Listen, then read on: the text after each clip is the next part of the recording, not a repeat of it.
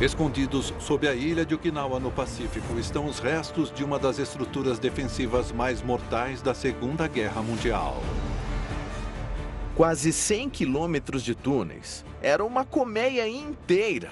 Fortificações projetadas pelos japoneses para fazer da paisagem da ilha uma zona da morte. É literalmente uma armadilha da morte, uma atrás da outra, por onde os americanos têm de avançar.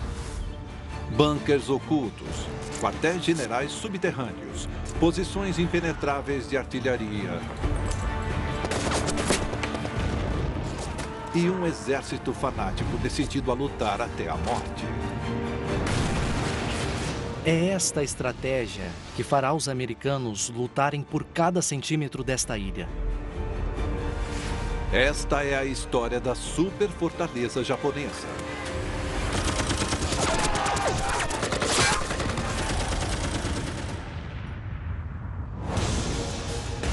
Os maiores projetos de construção da Segunda Guerra Mundial, ordenados por Hitler e seus aliados japoneses para garantir o domínio do mundo. Agora as ruínas sobrevivem como lembretes escuros de sua fanática ambição militar. Estes são os segredos das mega-estruturas nazistas. Fortaleza japonesa. 1º de abril de 1945. Ilha de Okinawa, no Pacífico.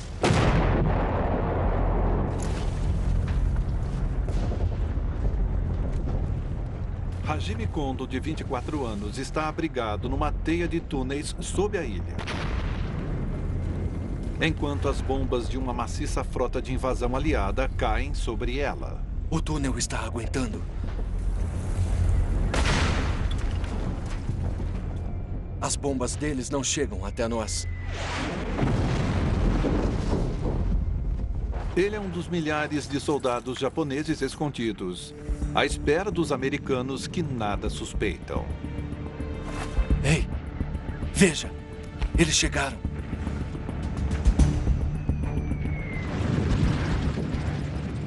Primeiro vieram os tanques, seguidos pelas companhias de infantaria. Kondo tinha ordens de não atirar até o inimigo estar bem acima dele. O futuro do Japão será decidido aqui.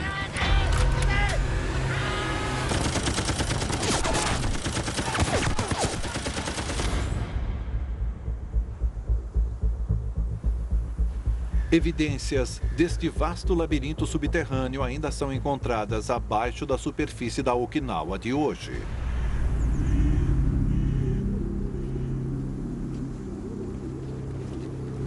O arqueólogo de conflitos Tony Pollard está explorando a Scarpa Maeda, uma serra que os americanos apelidariam de Serra do Arco.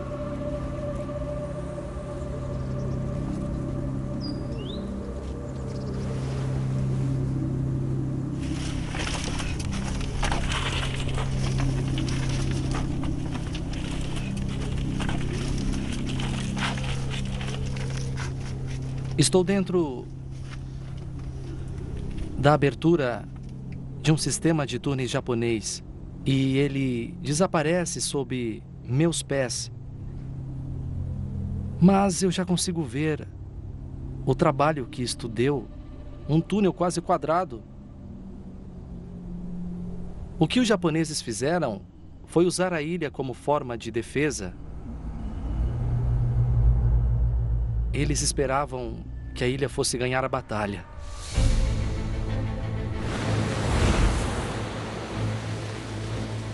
A história da defesa de Okinawa começa em 1942. Forças imperiais japonesas varreram o leste da Ásia, capturando vastos trechos de territórios e centenas de ilhas ao redor do Pacífico.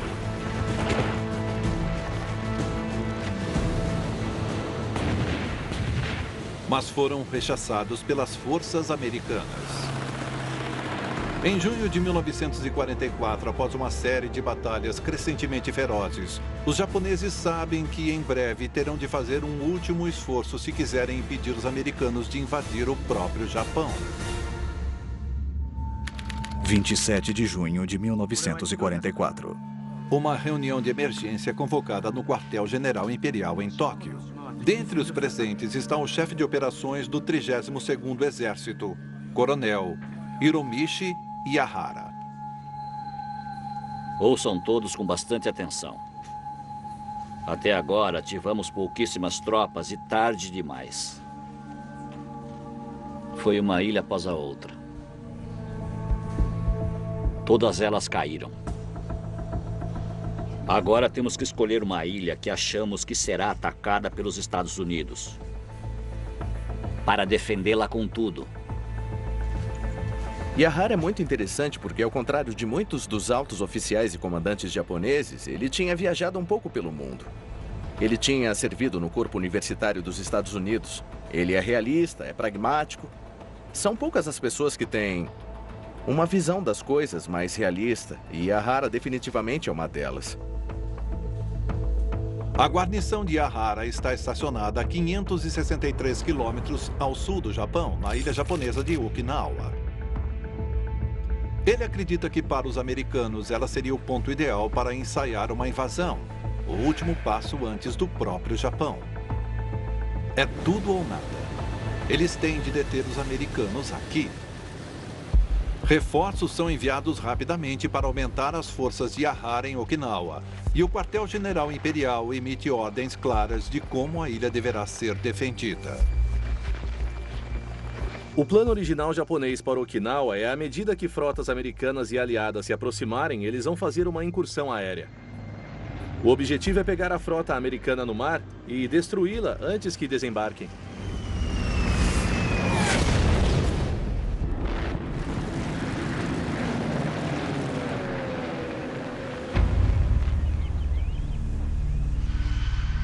Para o plano ter sucesso, Okinawa precisa se tornar uma imensa base aérea.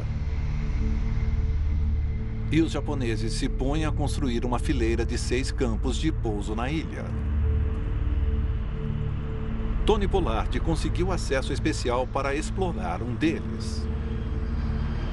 Hoje, Kadena é uma base da Força Aérea dos Estados Unidos, mas ainda está repleta de evidências de suas origens japonesas no tempo da guerra.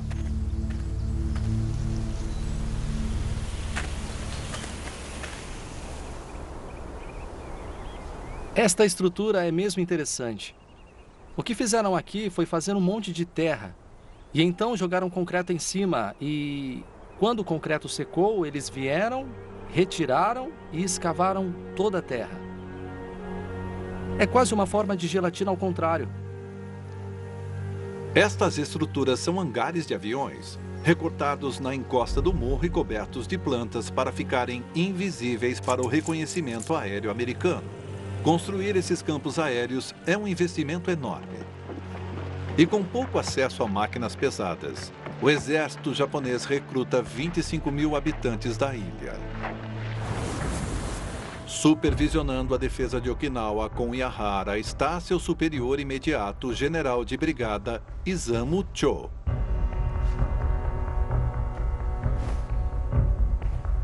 Mas os dois homens não poderiam ser mais diferentes. Eu ensinarei táticas ao seu exército que garantirão a vitória. Cho é um tipo diferente de militar. Ele é ultranacionalista, ele acata tudo que é tipo de pensamento samurai antigo. Ele é muito, muito zeloso.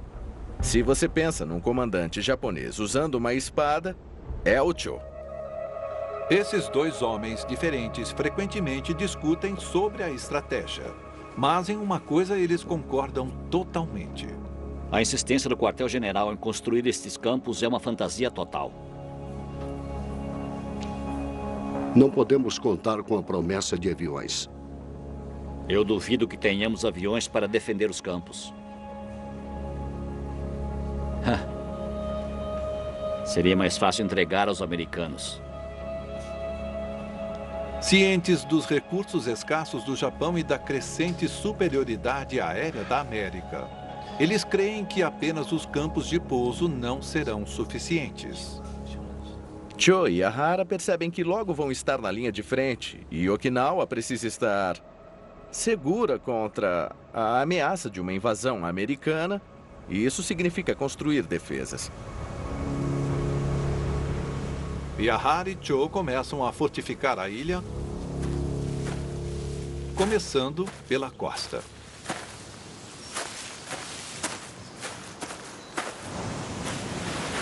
Os japoneses esperavam que os americanos desembarcassem nas praias do oeste, que é aqui, ou mais ao sul. E eles prepararam um terreno, porque o plano era destruí-los na praia. E lá, empoleirada numa saliência de pedra, tem uma casa-mata de concreto. Os soldados só iriam percebê-la quando abrissem fogo contra eles.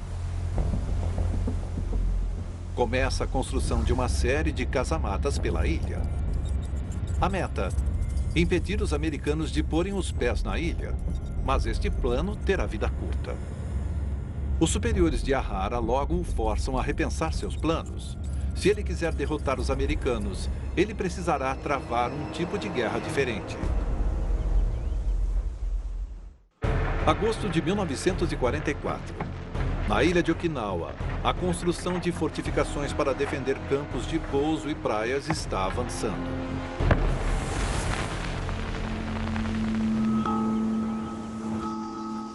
E a ilha continua a ser inundada de reforços, como Hajime Kondo, de 24 anos. Olha este lugar. É um paraíso.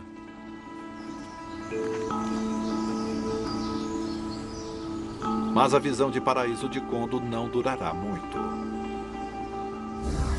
A guerra está cada vez pior para os japoneses. Eles já sofreram uma derrota esmagadora nas Ilhas Marianas e a frota americana se aproxima mais. Em breve, Okinawa estará na linha de fogo. E então, em novembro de 1944, Yahara recebe ordens do Japão que atrapalham todo o seu plano.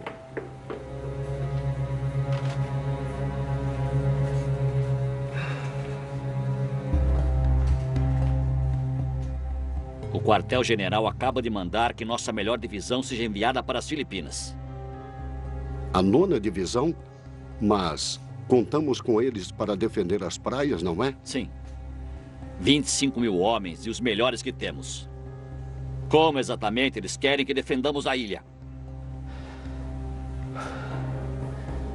A 9ª divisão é a mais bem treinada de todas as divisões do 32º Exército. E esse é um golpe forte. Cho e Yahara agora acreditam que as tropas americanas os excederão em muitos homens. E pior, não há sinal das aeronaves prometidas para defender a ilha. Yahara enfrenta uma luta crescente para vencer esta batalha. Ele precisa de uma nova tática para envolver o avanço americano numa guerra de atrito brutal. Esta percepção é confirmada por eventos do outro lado do mundo. Os aliados alemães dos japoneses criaram uma imensa muralha defensiva para impedir uma invasão aliada do continente europeu. Esta extraordinária linha de bunkers de concreto e baterias costeiras de canhões se estende por mais de 4.800 quilômetros da Noruega até a fronteira espanhola. Mas no dia D, os aliados rompem a linha em questão de horas.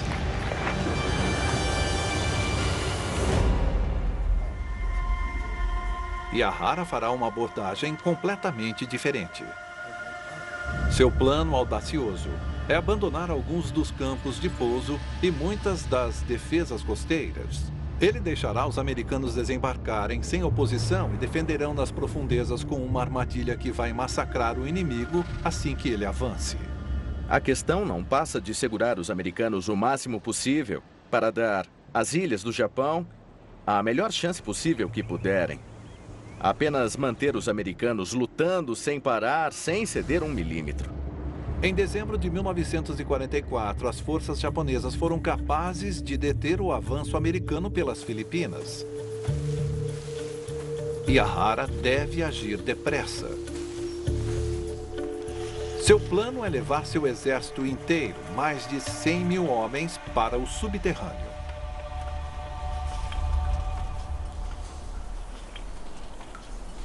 A própria pedra é perfeita para a tarefa, porque isto é um calcário de coral e ele é muito forte, mas poroso.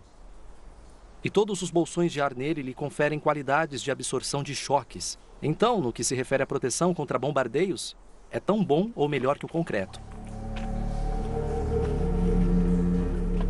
O leito de rocha dá a Yahara a solução para um grande problema. Ataques navais significam que concreto e aço estão escassos. Ele torna cada unidade responsável por sua série de túneis. Isso força soldados como Kondo a cavar fundo.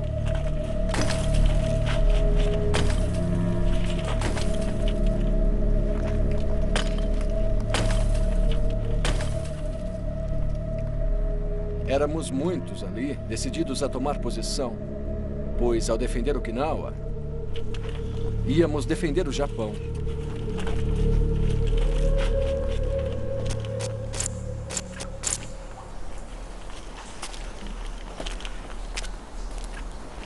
Tudo isto é cortado à mão. Um trabalho muito árduo.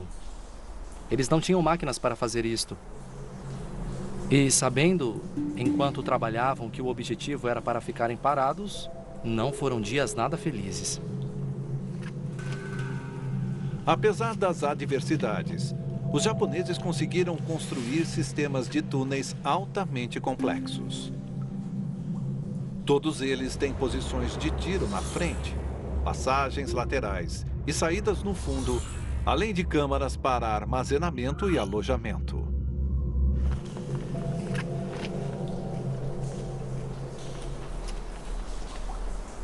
Isto se abre para cá. Veja, o que é isso? Nossa! Nossa! Encostadas no canto são caixas de transporte para estopins de bombas. Vendo o tamanho deles, acho que são para projéteis antitanque. A posição em que o canhão estava não fica aqui, mas os estopins deviam ser guardados aqui para serem transportados. Porque a questão... Veja ali em cima, tem outro corredor. Isto é uma rede de túneis. Yahara descreve seu esquema como tática dormente. Os japoneses se enfurnam e esperam os americanos chegarem. Não é apenas cavar um buraco e se esconder nele. Isto é levar a batalha para o subterrâneo. E é esse sistema, esta estratégia, que vai fazer os americanos lutarem por cada centímetro desta ilha.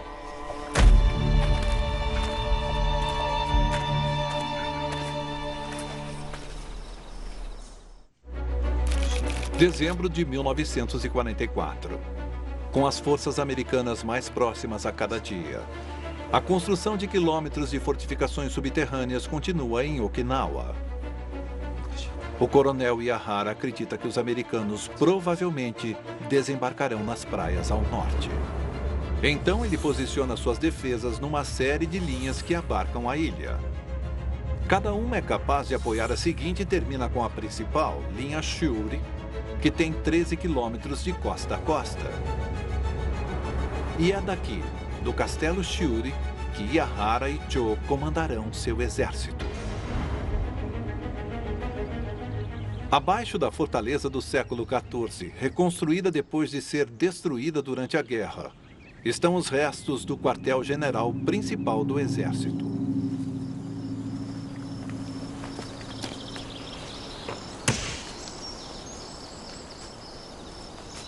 Este sistema de túneis foi recortado na rocha sob o castelo Shuri, mas tem um sofisticado acréscimo desses baluartes de concreto maciço.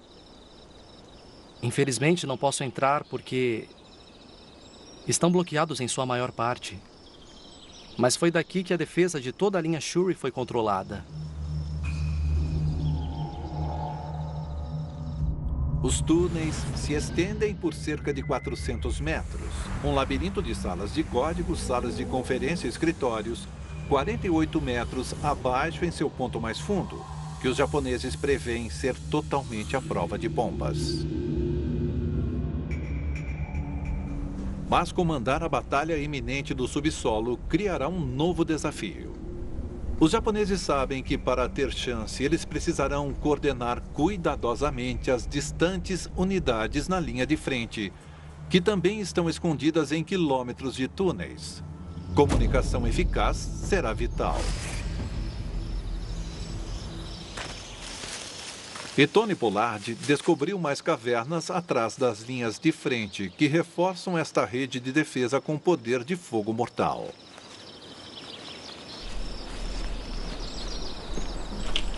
Parece bastante primitivo, mas é um feito e tanto de engenharia. Muita coisa foi feita aqui. Nossa! Tem uma abertura aqui, para uma câmera lateral. E uma rampa subindo para a luz do dia ali. Aqui embaixo, nesta área aberta, devia ter um canhão. E o canhão provavelmente estava virado para a caverna, não para fora. Eles o levariam para o pátio, armariam e disparariam por cima da serra.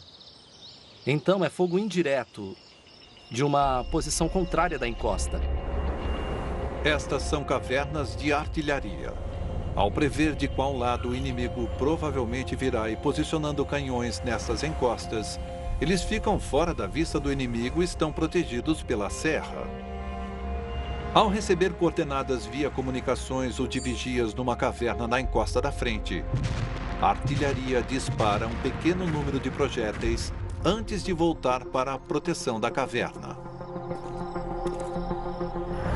Esta técnica de tocaia se mostra eficaz em manter os grandes canhões do exército japonês escondidos e protegidos.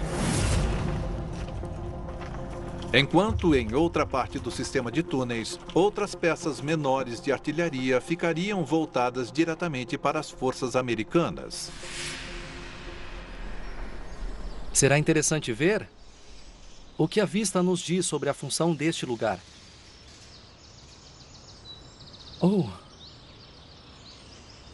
Esta abertura dá uma visão muitíssimo boa do terreno plano abaixo.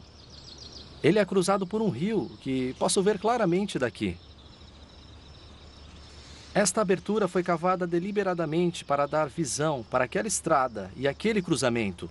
E é provável, dado o tamanho pequeno da abertura, que seja um canhão antitanque projetado para atingir blindados em movimento e detê-los. Dá para ver o trabalho que eles tiveram. Isto aqui não é uma rocha natural. Eles espalharam concreto sobre a abertura da caverna para lhe dar mais força, porque haverá ondas de choque. E eles precisam ter certeza que nenhuma pedra vai cair. E há marcas no concreto do lado. Então, eles também adicionaram proteção extra, com tábuas presas ao concreto. E desta distância, qualquer coisa na estrada é um alvo certo no tocante a esta posição.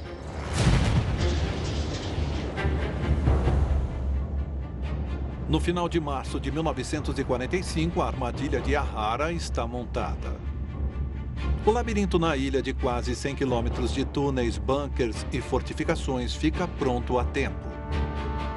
Ao largo, quase 1.500 navios aliados estão se dirigindo a Okinawa. Eles não fazem ideia do que os aguarda.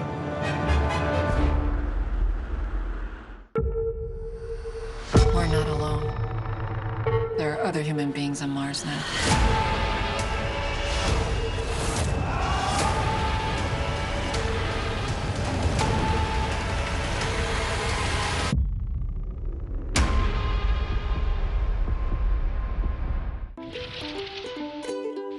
Quem gosta de pesca, gosta de tranquilidade, de encontrar os amigos e aproveitar a natureza, certo?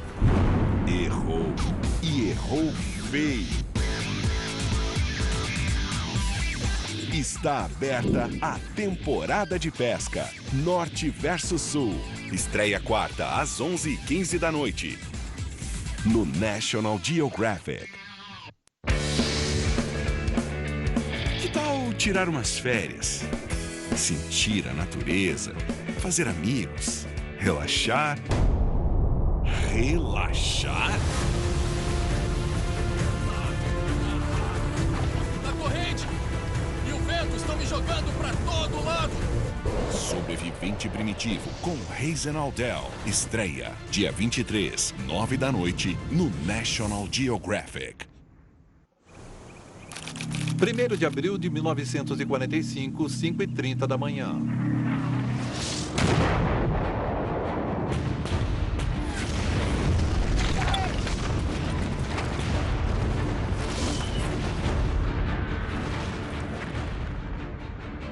Hajime Kondo e mais de 100 mil soldados japoneses se protegem sob o leito da rocha quando os primeiros tiros de um maciço ataque violento caem em Okinawa.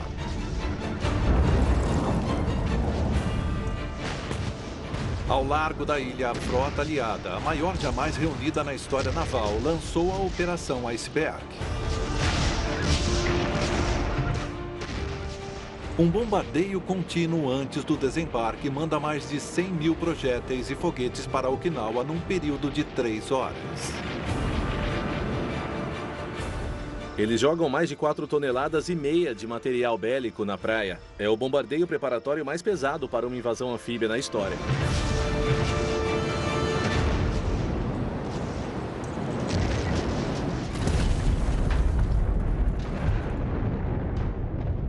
O túnel está aguentando.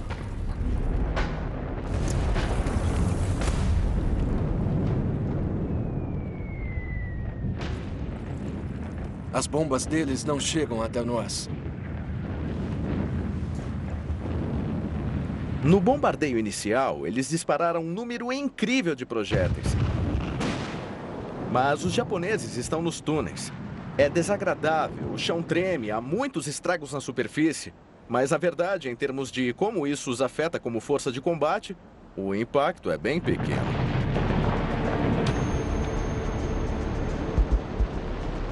Bem atrás das serras fortemente defendidas na linha Shuri, o comandante japonês e o recentemente promovido a general de divisão Isamu Cho e seu superior observam o desembarque da primeira onda de tropas americanas. É difícil observá-los desembarcar sem oposição. Mas logo, eles saberão que estamos aqui, com certeza. Esta é uma das maiores operações anfíbias da guerra inteira. No dia D, na Normandia, desembarcaram 6 divisões. Em Okinawa foram 7. Então foi uma divisão a mais do que na Normandia. Todos os soldados foram avisados para esperar uma oposição bem feroz. E eles tomaram as praias e nada acontece. Imagine como você ficaria tenso. De repente, eles começam a ficar confiantes, eles veem que não tem oposição e começam a adentrar a ilha.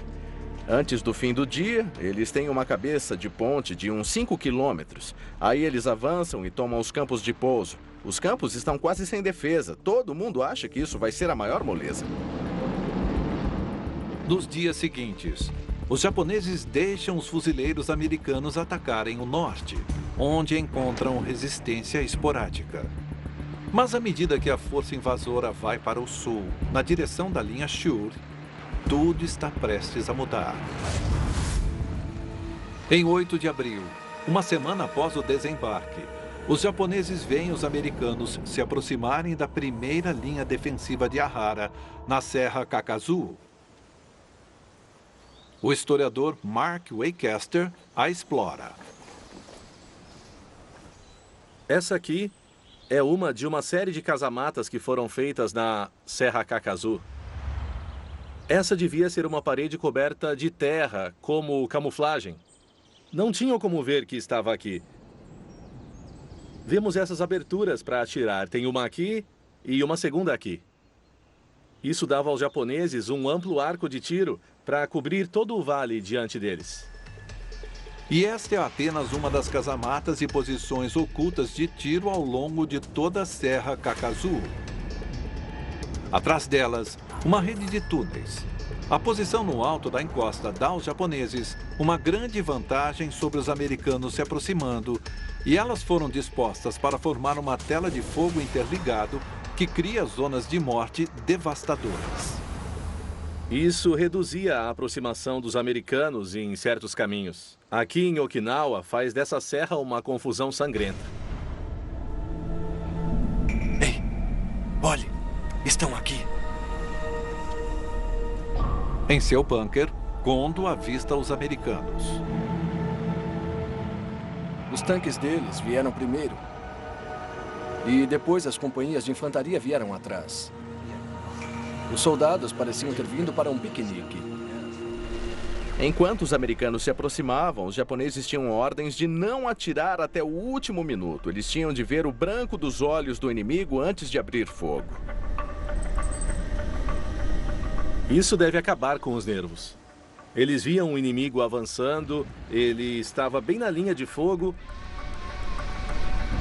mas eles tinham que esperar. Deviam esperar.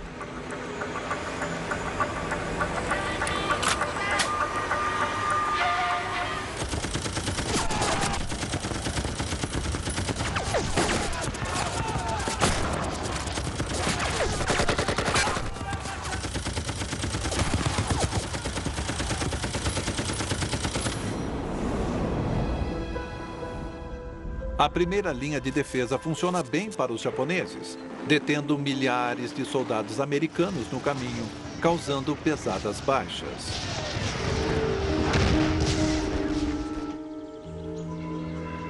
Mas para aqueles como Kondo, lutando a partir de posições confinadas, é uma experiência assustadora. A vida para os japoneses nesse bunker, enquanto os americanos avançavam, deve ter sido apavorante. Dá para ver como o interior desse bunker foi atingido.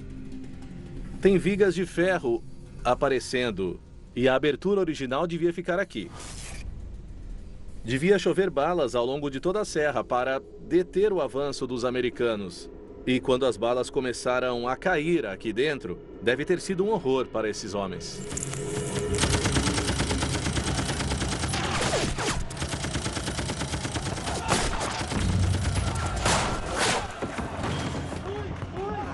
Durante a luta, Kondo é ferido no ombro, mas os túneis permitem que ele escape para um hospital de campanha subterrâneo, bem atrás das linhas.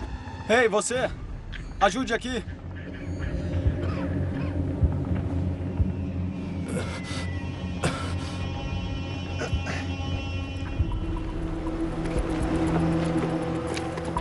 24 de abril, de volta à Serra Kakazu. Depois de quase 3 semanas de uma luta feroz, os americanos finalmente tomam a colina. Mas eles veem que os túneis deram ao inimigo uma rota de fuga. Os soldados japoneses escaparam. Mas apenas até a próxima linha de fortificações mortais. A Serra Kakazu é só uma de várias que eles precisam tomar antes de alcançar o interior da linha Shuri. A próxima é que os americanos apelidaram de Serra do Arco. Do alto da Serra do Arco, podemos ver o quanto as posições japonesas são fortes. Ela se volta para o norte, para a primeira linha de defesa, dando a volta até a Serra Kakazu. Mas, daqui de cima, assim que eles recuam, eles podem mesmo atirar nessa primeira linha que os americanos começam a tomar. E eu não gostaria de ser um soldado americano subindo a Serra Kakazu e tendo tiros vindo dali. Mas lá atrás, você tem essa perspectiva incrível, porque pode ver como cada pedaço de terreno alto é pontilhado de cavernas e túneis. E, de fato, ali eles fizeram uma obra. Eles cortaram uma fatia da colina e eu até vejo várias entradas e túneis atrás delas. É um campo de batalha absolutamente fantástico. No fim das contas, quando você enfrenta um inimigo que está enterrado na colina, que tem quilômetros de túneis para se esconder, só tem um modo de fazer isso. É capturando cada centímetro, cada metro, matando cada soldado japonês com quem você topar. Um modo altamente traumático, brutal e feroz de travar uma guerra. E os japoneses estão decididos a defender Okinawa. Um túnel por vez.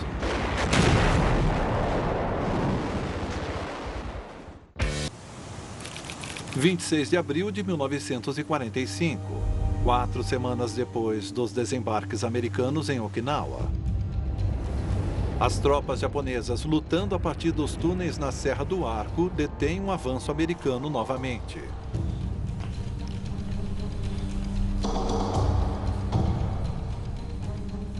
Tony Pollard está explorando o labirinto de túneis sob a serra. Oh, veja isso, olhe. Isso é tudo o que restou da arma de um soldado japonês.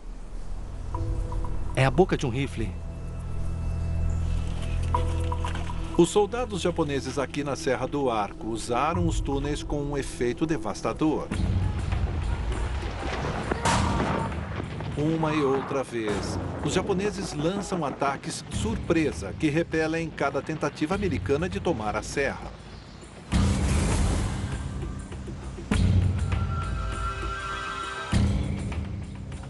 Mas logo eles enfrentam uma arma brutal que virá dominar o campo de batalha.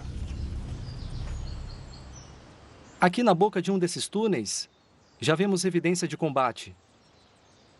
A pedra está preta. Isso porque ela foi lambida por fogo líquido. Isso é o resultado de um ataque com lança-chamas. Os americanos têm 2 tipos de lança-chamas. Unidades pequenas manuais. E tanques de chamas. Capazes de atirar napalm mortal até 90 metros.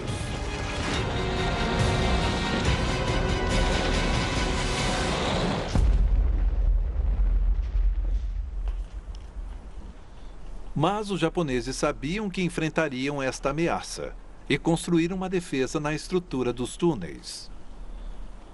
Uma das poucas defesas que os japoneses conseguiram criar foram ângulos retos, porque as chamas podiam ser lançadas por uma passagem, mas não podiam virar as esquinas. Então temos aqui um ótimo exemplo disso. Um ângulo bem agudo, apesar da natureza irregular das rochas. Então, se um soldado americano com lança-chamas estiver aqui, basta eu desviar por aqui, dar um pouco de distância e esperar sobreviver a essa explosão de fogo líquido. Talvez nem sempre funcione contra os tanques de chamas mais poderosos.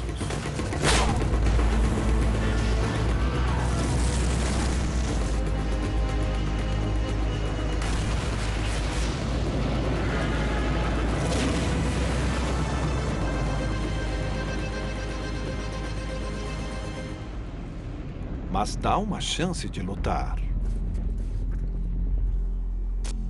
As complexas redes de túneis permitem que os japoneses na Serra do Arco resistam à avassaladora força americana por 10 dias. Mas também depende de outra tática japonesa. Eles dominaram os códigos de honra tradicionais dos samurais para lutar até a morte. Então ele se torna o foco central da disciplina militar no exército japonês e é altamente eficiente. As tropas japonesas também são informadas que os americanos são monstros que torturarão e matarão quem for capturado vivo. Mas Hajime Kondo, recuperado do ferimento e agora combatendo para manter a linha Shiuri, percebe que os americanos não são tão diferentes. Eu vi várias pessoas morrerem na guerra. A última palavra do soldado japonês normalmente era mãe. Quando baleávamos americanos, também os ouvíamos chamar pela mãe. O sentimento era o mesmo. Quando estavam morrendo, eles diziam a mesma coisa que nós.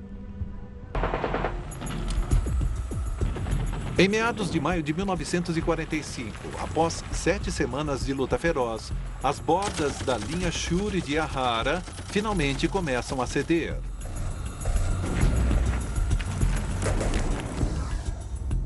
Escondidos em seu quartel-general subterrâneo, Ahara e Cho sabem que não aguentarão muito mais. Os japoneses estão prestes a lançar as últimas apostas. 27 de maio de 1945.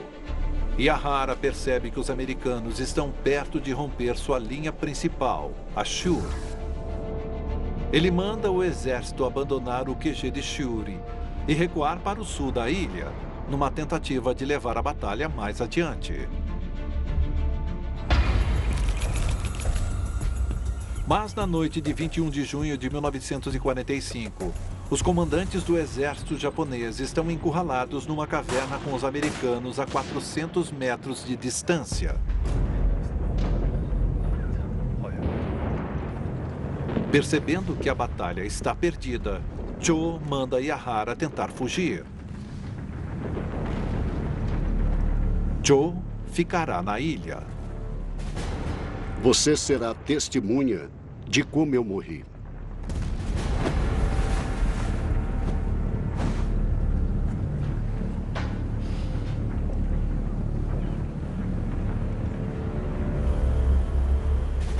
Antes do amanhecer, Cho e seu comandante oficial cometem seppuku, o suicídio ritual. Autoestripação seguida de rápida decapitação.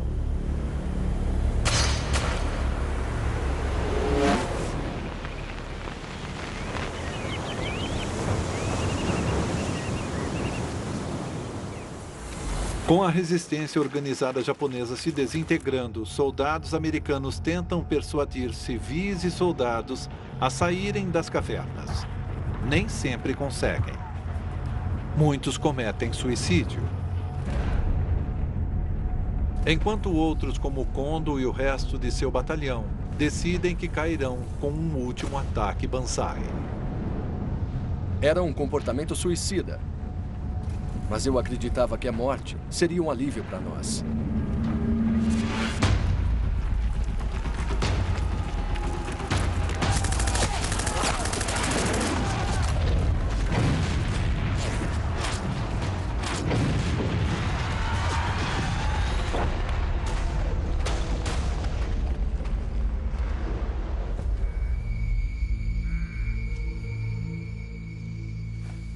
Mas Kondo é capturado. Calma aí, amigo. Ele espera ser fuzilado.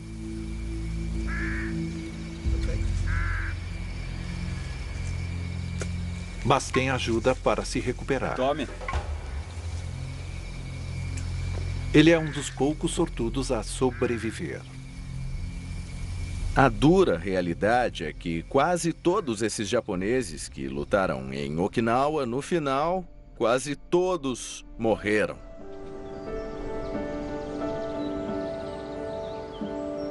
Mais de 12 mil americanos são mortos durante a batalha. E mais de 77 mil soldados japoneses. Cerca de 150 mil civis de Okinawa também perecem. Alguns recrutados, mas a maioria de civis mortos pela batalha.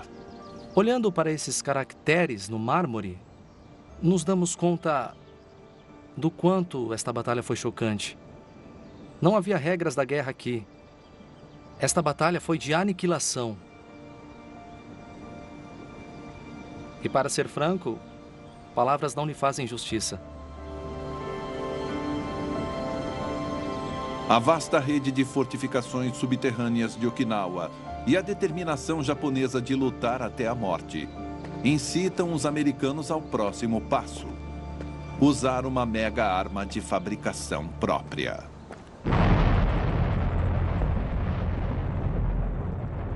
A terrível destruição de 2 bombas atômicas convence o Japão a se render em 15 de agosto de 1945. A guerra acabou.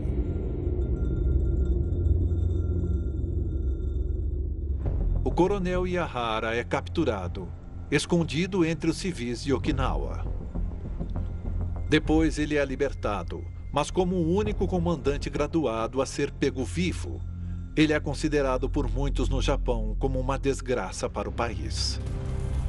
Hajime Kondo sobrevive e volta para casa no Japão. Ele dedicará a maior parte da vida a contar aos outros sua experiência e os horrores da guerra. Os túneis de Yahara foram um sucesso tático extraordinário, permitindo que suas tropas resistissem 10 semanas contra forças avassaladoras, mas no fim elas não foram páreo para a poderosa máquina de guerra americana. O macabro legado dos túneis é que eles forçaram uma batalha de brutalidade sem paralelos, que matou mais gente do que as 2 bombas atômicas juntas.